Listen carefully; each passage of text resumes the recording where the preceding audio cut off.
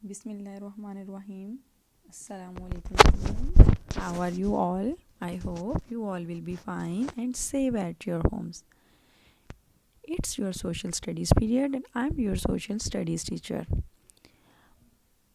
As you know that we have started lesson number 2, World Climate. In this chapter, we have discussed the different seasons like winter and summer.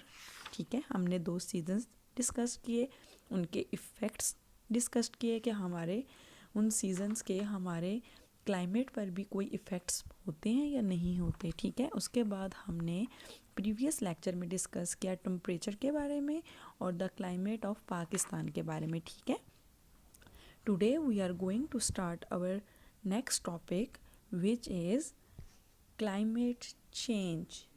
What is the topic? The topic is climate change. Climate आपको पता है the average temperature of an area for a long period of time. ठीक है, किसी भी area का जो long period के लिए जो उसकी वेदर कंडीशन होती है उसको हम क्या बोलते हैं? क्लाइमेट बोलते हैं. ठीक है, चेंज का मतलब है तब्दील होना.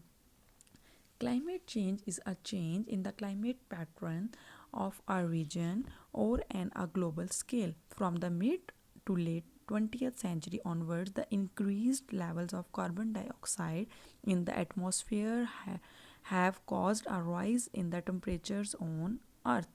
कह रहे हैं क्लाइमेट चेंज जो है वो क्लाइमेट पैटर्न्स पर किसी भी रीजन का जो है वो ग्लोबल स्केल पर चेंज होता है. ठीक है, 20th सेंचुरी से ऑनवर्ड की बात हम करें तो वो कहते हैं जो लेवल कार्बन डाइऑक्साइड का जो लेवल है एटमॉस्फेयर जो हमारे माहौल में एटमॉस्फेयर में जो हमारे हवा में कार्बन डाइऑक्साइड का जो लेवल है वो क्या कॉज करता है? टेम्परेचर्स ऑन अर्थ, जो अर्थ पर टेम्परेचर होता है. ठीक है, the impact of climate change is becoming evident around the world. What is the meaning of evident? Underline the word evident. Evident का मतलब है हमारे पास वाजिया. ठीक है, उर्दू में इसको बोलते हैं वाजिया. वो कहते हैं जो क्लाइमेट का जो असर है वो जो होता है वो पूरी दुनिया में इर्द गिर्द वाजिया नज़र आता है. ठीक है, the use of fossil fuels, underline the word fossil fuels, has been the main contributor to climate change. कि क्लाइमेट के चेंज होने में जो मेन हमारे पास कंट्रीब्यूटर है जिसका हिस्सा है वो क्या है? क्लाइमेट का हमारे पास फॉसिल फ्यूल्स हैं. What is a fossil fuels? आपने कभी नाम सुना है फॉसिल फ्यूल्स का? Fossil fuel is basically a natural fuel such as coal और गैस.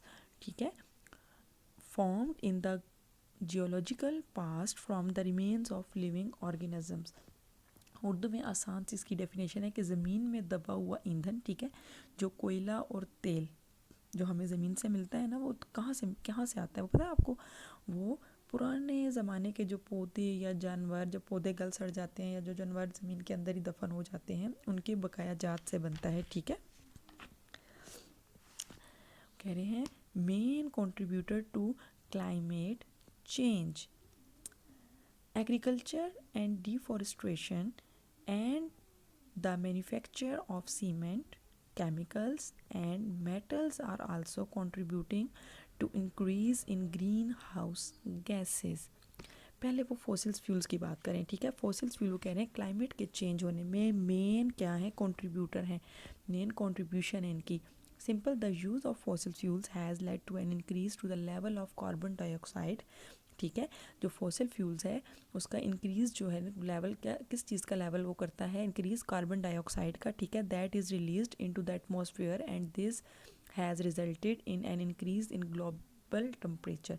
जिसका जो जब वो रिलीज्ड होती है एटमॉस्फेयर में तो उसका रिजल्ट क्या बनता है? ग्लोबल टेम्परेचर इसमें इजाफा होता है. ठीक है, the earth atmosphere already consist of green house gases. आपको पता है ना जो हमारी अर्थ है उसमें हमारे पास जो एटमॉस्फेयर है अर्थ का उसमें ऑलरेडी कंसिस्ट शामिल हैं क्या है? ग्रीन हाउस गैसेस शामिल हैं. ठीक है, and they help trap enough. ये क्या करती हैं हमारे पास?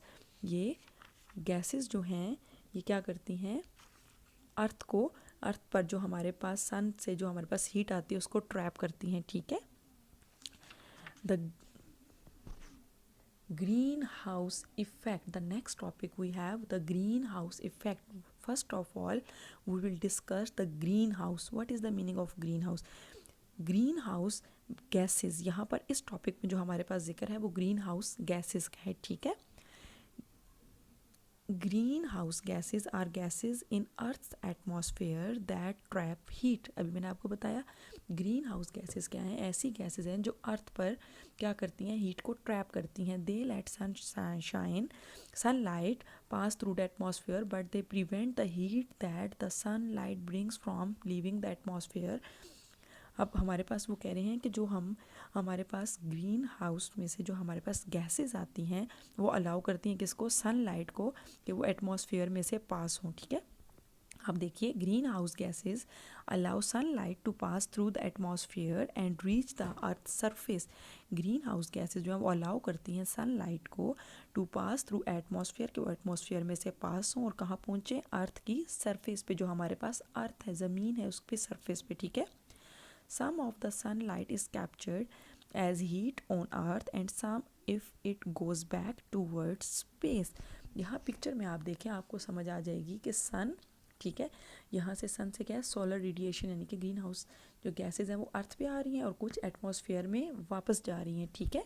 Some goes back. This trapping of heat inside the atmosphere is called the greenhouse effect. ये जो ट्रैपिंग है जो हीट की, जो इनसाइड एटमॉस्फेयर के इनसाइड पर है, इसको हम क्या बोलते हैं, ग्रीन हाउस इफेक्ट, इनके ग्रीन हाउस का जो असर होना है, ठीक है। When these gases are kept in the right amount they trap just enough heat to keep the earth warm for life to survive. वो कह रहे हैं जब इन गैसेस को आप राइट अमाउंट में कैप्ट करते हैं, जितनी आपको ज़रूरत होती है उतनी अमाउंट में आप कैप्ट करते हैं, तो ये आपको उतनी ही हीट देती हैं जो आपको अर्थ को गर्म रखें, ठीक है, और लाइफ को सर्वाइव करने के लिए हमें ज़रूरत होती है, ठीक है। Without green house gases the earth would be very chilly with temperatures falling to 17 degree centigrade. वो कह रहे हैं विदाउट ग्रीन हाउसेज गैसेज, कि अगर हमारे पास ग्रीन हाउसेज गैसेज ना हो तो अर्थ जो है वो क्या हो जाए, चिली। यहाँ पर चिली का मतलब है कोल्ड, लिख लें आप, चिली का वर्ड अंडरलाइन कीजिए, ठीक है, the word underline chilly and write the meaning of it, cold. यहाँ पर चिली का मतलब है कोल्ड, ठीक है। वो कहते हैं कि अगर हमारे पास अर्थ पर ग्रीन हाउसेज गैसेस ना पहुँचें तो क्या होगा, टेम्परेचर जो है वो 16 डिग्री सेंटीग्रेड से भी फॉल कर जाएगा और बहुत ज़्यादा क्या होगी, ठंड हो जाएगी, ठीक है। प्रीवियस टॉपिक में जो लास्ट लाइन है वहाँ वो आप देखिए, agriculture and deforestation and the manufacture of cement chemicals and metals are also contributing the increasing in green house gases. कि ग्रीन हाउसेज गैसेज को इंक्रीज़ करने में क्या क्या चीज़ें हैं, एग्रीकल्चर एंड डिफॉरेस्ट्रेशन। एग्रीकल्चर आपको पता है, ठीक है, फार्मिंग को बोलते हैं, और डिफॉरेस्ट्रेशन का क्या मतलब होता है, डिफॉरेस्ट्रेशन का मतलब होता है जंगलात का जो कटाव है, जो हम जंगलात को काट देते हैं, दरख्तों को काट देते हैं, ठीक है। मैन्युफैक्चर्स ऑफ सीमेंट के, सीमेंट के बनाने में, केमिकल्स के बनाने में, एंड मेटल्स और मेटल्स के, also contributing to increase the green house gases, के ग्रीन हाउस गैसेज को इंक्रीज़ करने में ये कंट्रीब्यूट हैं, शामिल हैं, ठीक है। अच्छा, नेक्स्ट हमने ग्रीन हाउस गैसेस को, इफ़ेक्ट्स को हमने डिस्कस कर लिया कि ठीक है ग्रीन हाउस गैसेस क्या हैं, हमारे लिए क्यों ज़रूरी हैं, कि अगर ग्रीन हाउस गैसेस हमें अर्थ पर ना प्रोवाइड हों तो यहाँ पर अर्थ पर क्या हो जाएगी, बहुत ज़्यादा ठंड हो जाएगी, ठीक है, और जो टेम्परेचर है वो क्या हो जाएगा, 17 डिग्री सेंटीग्रेड से भी फॉल कर जाएगा, ठीक है। नेक्स्ट आज हम इस क्वेश्चन चैप्टर का क्वेश्चन नंबर 1 करेंगे, ठीक है। आपने शीट पे मार्जिन लाइन ड्रॉ करना है, प्रॉपर डेट और डे लिखना है, ठीक है। लिखेंगे आप lesson number 2 world climate, question answers. Question number 1, in what ways does the climate effects our lives, कि कौन कौन से तरीके हैं जिनकी वजह से हम क्लाइमेट जो है वो हमारी लाइव्स पर इफ़ेक्ट करता है, ठीक है। Climate effects our lives in following ways, the first, the kind of houses we live in, number 2, the food we eat, number 3, the clothes we wear, Number 4, our activities and work. Number 5, the way we spend our leisure time. यहाँ पर आपने layer के spelling correct कर लेने हैं, ठीक है, LEISURE, ठीक है। ई जो है वो पहले आ जाएगा और आई इसके बाद आ जाएगा, ठीक है। लेयर के स्पेलिंग यहाँ पर आपने करेक्ट कर लेने हैं। Okay, now your diary, today's your diary is, अब आपका टेस्ट, काफ़ी दिन हो गए टेस्ट नहीं हुआ, ठीक है। तो आपने क्या करना है, लेसन नंबर 1 मैप्स, ठीक है, जो हमने प्रीवियस लेसन पढ़ा था जिसमें हमने मैप्स के बारे में डिस्कस किया था, आपने उस चैप्टर का question number 1 and question number 2 क्या करना है, याद करना है। इसका आपका टेस्ट होगा। क्वेश्चन नंबर 1 था आपके पास, what information would you find on a physical and a political map, ठीक है। क्वेश्चन नंबर 2 था आपके पास, differentiate between meridians of longitude and parallels of latitude. ये 2 क्वेश्चन आपने टेस्ट के लिए याद करने हैं, ठीक है। और टुमारो आपका टेस्ट होगा इंशाल्लाह। Okay, good bye, take care of yourself, अल्लाह हाफिज़।